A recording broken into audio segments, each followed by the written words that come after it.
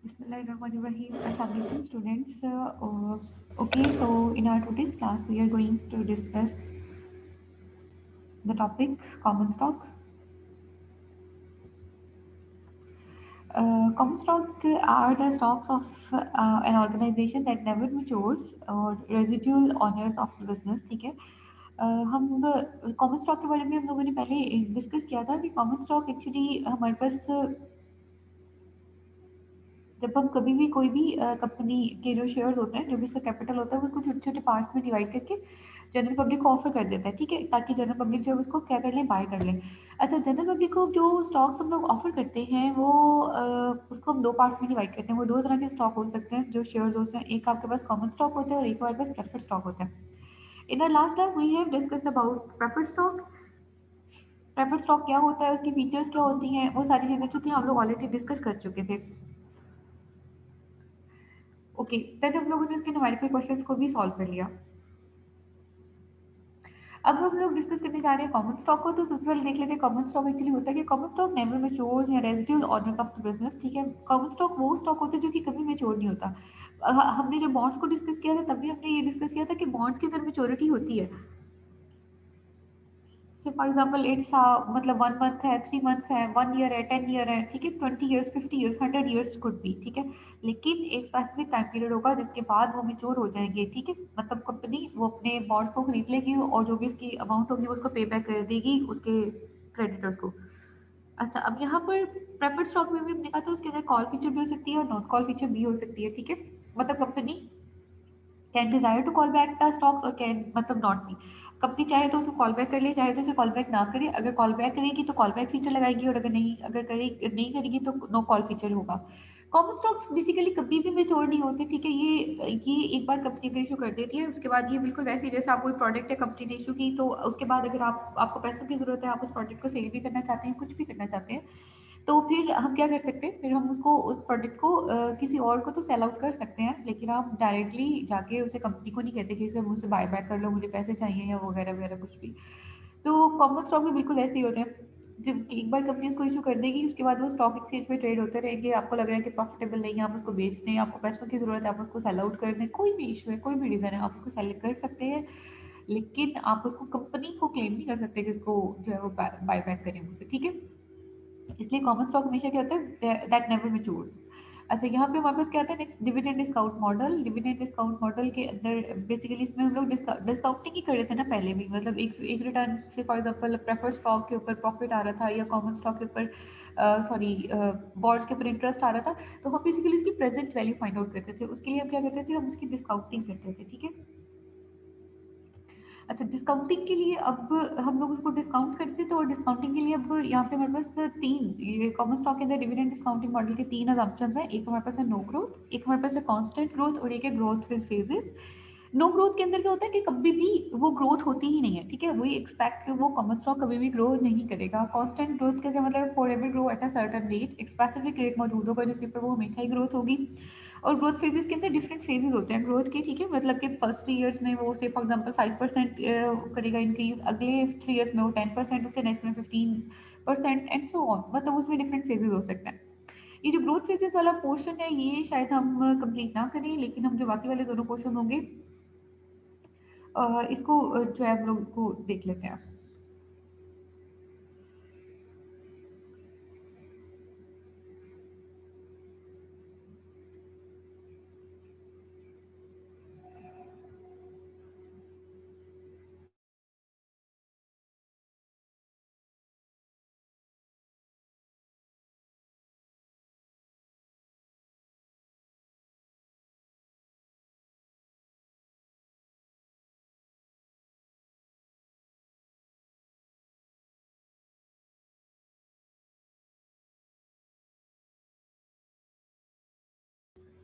Okay, अब next हमारे पास आता है नो ग्रोथ. नो ग्रोथ के अंदर देखिए, अगर नो ग्रोथ के अंदर हम लोगों ने प्रेजेंट वैल्यू फाइंड आउट करनी होती है, तो प्रेजेंट वैल्यू फाइंड आउट करने के लिए फार्मूला हमारे पास यूज होता है V1/KE. ठीक है,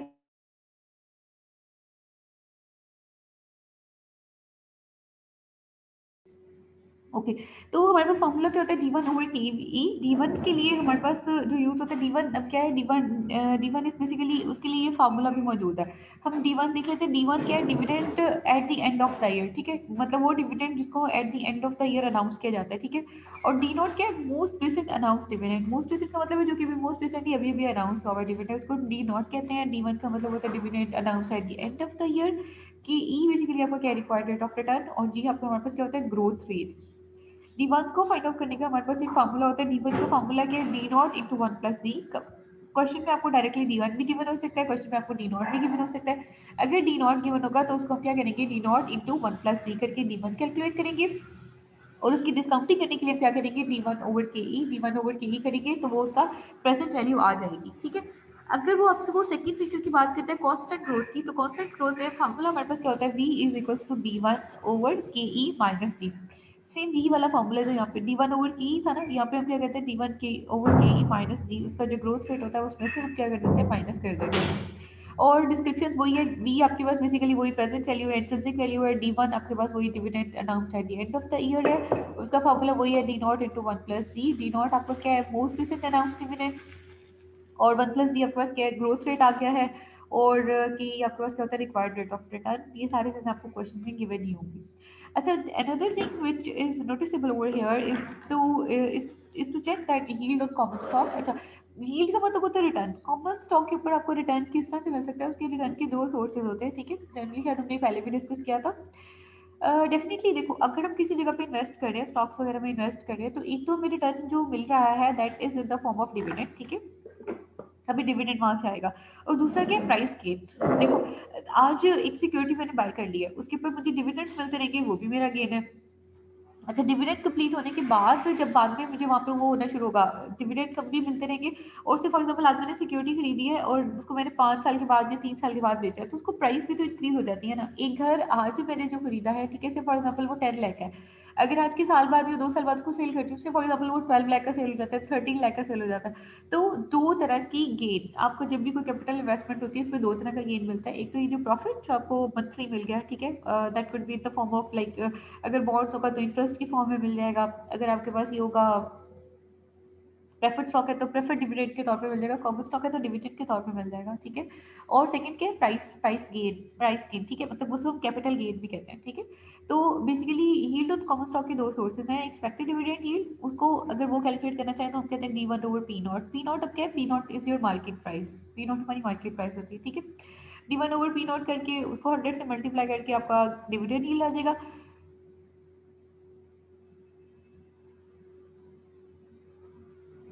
और एक्सपेक्टेड कैपिटल गेन यील्ड के लिए हम क्या करते हैं, ये प्राइस गेन होता है तो हम उसे कहते हैं P one over P not minus one भी कर लेते हैं, और capital gain divided by P not minus one भी कर लेते हैं। ये यही बेसिकली जो ये वाला जो यील्ड होता है, ये हमारा ग्रोथ, इसको हम जी से रिप्रेजेंट करते हैं, ये बड़ा ग्रोथ रेट भी यही होता है। मतलब कि कितना ग्रो किया एक सिक्योरिटी ने विद इन 1 ईयर 10 ईयर, जितना भी टाइम पीरियड गिवन होगा उसके अंदर उसकी कितनी ग्रोथ हुई, तो उसमें हम P one over P not minus one का फॉर्मूला भी लगा लेते हैं। उसमें हम लोग यहाँ पे डायरेक्टली कैपिटल गेन, मतलब सी फॉर एग्जाम्पल एक सिक्योरिटी आपने 20 रुपए की खरीदी थी और 21 रुपए में उसको बेच दिया, तो कैपिटल गेन कितना हो गया, वो वन वन डॉलर का कैपिटल गेन होगा।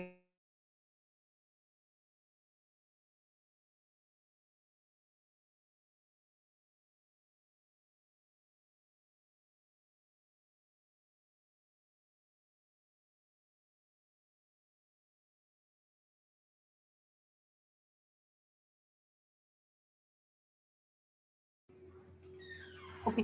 अब यहाँ पे बेसिकली आपके पास क्या आ गया, डिविडेंड डिस्काउंटिंग मॉडल आ गया। डिविडेंड डिस्काउंटिंग मॉडल को कहते हैं business business basically different strategies को जो है वो यूज करते हैं for its growth and expansion, ठीक है। डेफिनेटली हम लोग डिफरेंट स्ट्रेटजीज यूज करेंगे ताकि बिजनेस ग्रो करे या एक्सपैंड हो, and it's ultimate effect on the dividend, वो उसके कॉमन स्टॉक के डिविडेंड पर भी इफेक्ट होगा उसका। बिकॉज ये डिविडेंड्स आर नॉट फिक्स्ड, क्योंकि डिविडेंड यहाँ पे फिक्स नहीं होते, depends upon the sweet will of the उसके डायरेक्टर्स के ऊपर डिपेंड कर रहा होता है, ठीक है, जितना ज्यादा प्रॉफिट होगा। क्योंकि हमने डिस्कस किया था, देखो जब कंपनी को प्रॉफिट होगा उसमें से हम इंटरेस्ट पे कर देंगे, उसके बाद हम उसमें से प्रेफर्ड स्टॉक वालों को डिविडेंड पे कर देंगे, उसके बाद जितना भी डिविडेंड बचेगा वो सारे का सारा ऑनर्स का ही होगा। ये भी देर इज अ पॉसिबिलिटी कि कोई भी डिविडेंड ना बचे, अगर नहीं बचेगा तो नहीं देंगे, अगर होगा तो दे देंगे, ठीक है। Okay, now let's discuss about our numerical questions को डिस्कस कर लेते हैं।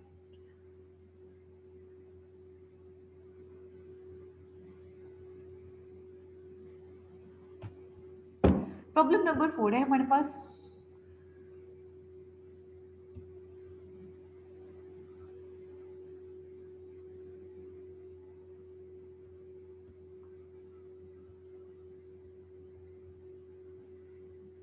ओके जी, let's see problem number 4। Problem number 4 में कह रहा है the stock of the health corporation is currently selling for $20 a share and is expected to pay $1 dividend at the end of the year.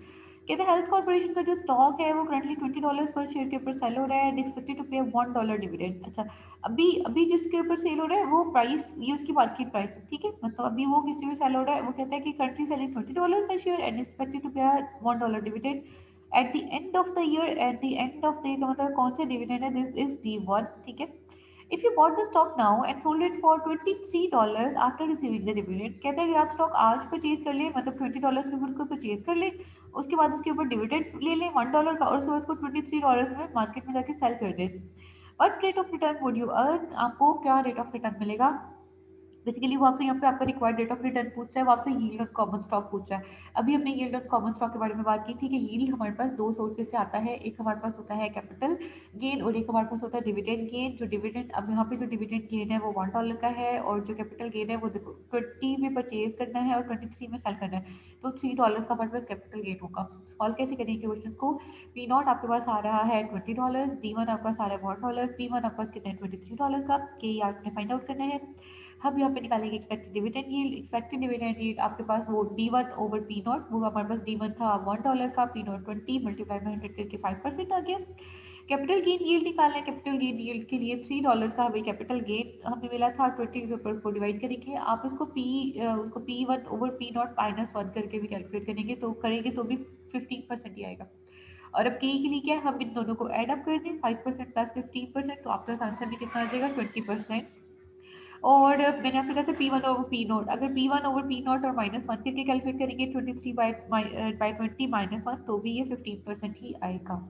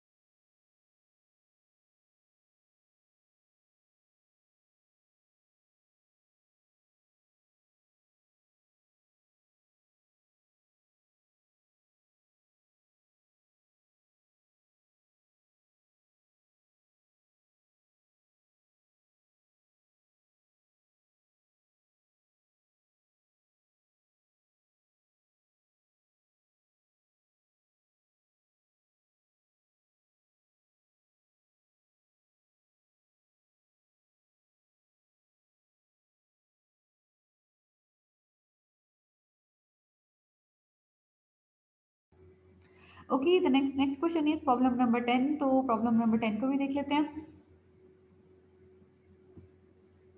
Problem में 10 में कह रहा है just today, बिल्कुल आज ही, faulty foods and corporation common stock paid 1.40 annual dividend. देखो वो कहता है कॉमन स्टॉक, वो कहते हैं for just today, just today का मतलब है आज ही, आज का मतलब ये कौन सा डिविडेंड है, that is most recent announce dividend. कहते just today faulty foods incorporation common stock paid 1.40 annual dividend per share. Annual dividend जो पे किया है तो ये मोस्ट रिसेंट अनाउंस डिविडेंड है, तो ये डी नॉट हो गया। And had a closing price of $21, और उसकी जो क्लोजिंग प्राइस थी वो कितनी थी, वो $21 की थी। Assume that markets required return और capitalization rate for this investment is 12%, ठीक है। तो कहता है आपके पास जो रिक्वायर्ड रेट ऑफ रिटर्न है वो 12% आ जाता है। And the dividends are expected to grow at a constant rate forever, और वो कहते हैं कि आप एक्सपेक्ट करते हैं कि वो हमेशा एक ही रेट के ऊपर for ever.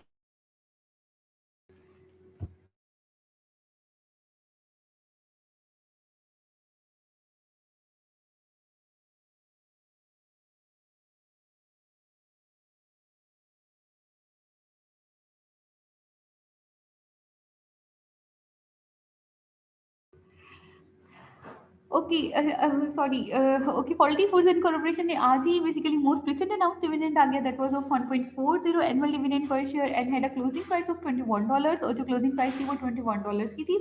assume that the market's required rate of return or the capitalization rate on investment is 12%, ठीक है। जो required rate of return है KE वो आपके पास 12% है। And dividends are expected to grow at a constant rate forever, और dividend हमेशा एक ही रेट के ऊपर ग्रो करेंगे।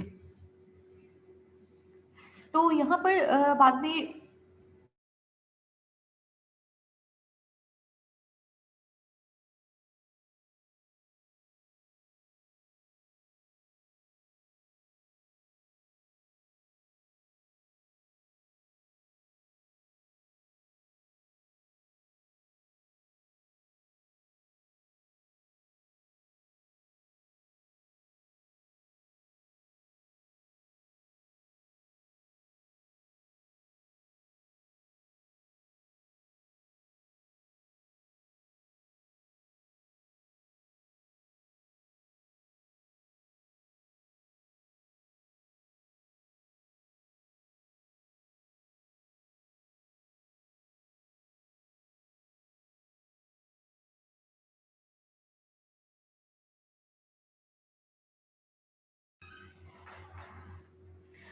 Okay so assume that okay ये भी हो गया। देन अब रिक्वायरमेंट चेक करें, calculate the applied growth rate in dividends, ठीक है। जो भी ग्रोथ रेट आप लोगों ने फाइंड आउट करना है, मतलब जी फाइंड आउट करना है। जी हम लोगों ने डिस्कस किया था कि कैपिटल गेन का ये का जो फार्मूला होता है वो भी यहाँ पर यूज होगा। What is the expected dividend yield को यूज कर लेंगे। What is expected capital gain yield, ये दोनों सेम है, ठीक है। ग्रोथ रेट भी हम वैसे कैलकुलेट करेंगे जैसे हमारे पास कैपिटल गेन आएगा, ठीक है।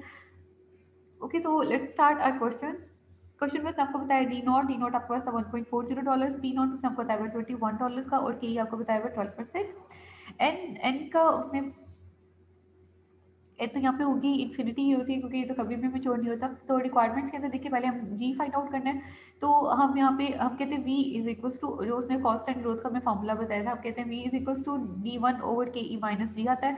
तो D1 का फॉर्मूला अगर हम एक्सटेंड कर लें तो ये आ जाएगा हमारे पास D0 × 1 + G, वो हमने यहाँ पे पुट कर लिया, तो डिवाइडेड बाई KE - D आ जाएगा।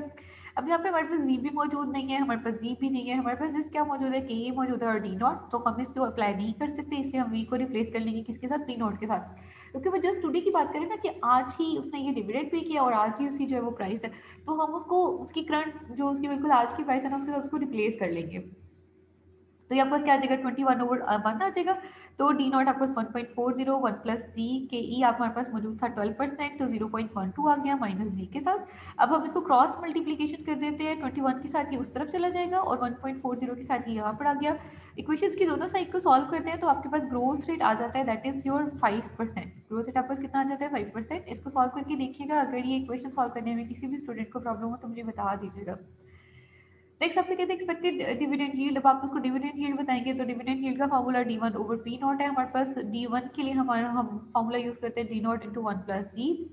तो D0 हमारे पास आ रहा है 1.40 × 1 + G 0.05, उसको कैलकुलेट करके तो आएगा 1.47, उसको डिवाइड कर लेंगे 21 के साथ, जो उसकी P0 हमें क्वेश्चन में गिवन थी, और हमारे पास आंसर आ जाएगा 7%। एक्सपेक्टेड कैपिटल गेन यील्ड में वो वही मैंने आपको कहा था कि वो दोनों सेम ही है। अगर आप जी कैलकुलेट कर लेते हैं तो वही कैपिटल गेन में वही फिर 5% आपका वही वाला आंसर आ जाएगा, ठीक है।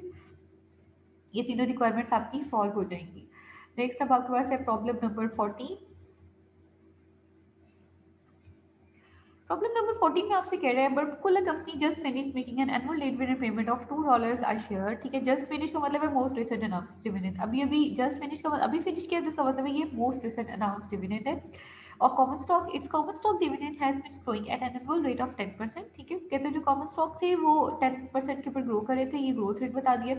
Kelly required 16% annual return on this stock, ये उसने आपको रिक्वायर्ड रेट ऑफ रिटर्न बता दिया के ई। What intrinsic value should Kelly place on one share of the Coca-Cola common stock under the following three situations? कहते हैं following three situations के अंदर आप उसकी intrinsic value बताएं। Number one, dividend are expected to continue growing at a constant 10% annual rate। ये जो उसने 10% रेट बताया, कहते हैं इसी के ऊपर ही ग्रोथ होती रहेगी। तो सिचुएशन वन में देखिए, गिवन इन्फॉर्मेशन में D0 मौजूद है $2 का, जी मौजूद है 10% और के आपका कितना है 16%। उसने क्या, अगर ग्रोथ 10% ही रहती है तो आप उसका वी बता दें। तो D1/KE - D, वही वाला फॉर्मूला एक्सटेंड करके D0 × 1 + D, KE - D आ जाएगा 2 × 1 प्लस, जो ग्रोथ रेट उसका 10% था 0.10 आ गया। के आपके पास 0.16 माइनस 0.10 सॉल्व करेंगे तो वैल्यू आपके पास कितनी आ जाएगी, 36.67। Now let's see the requirement number 2.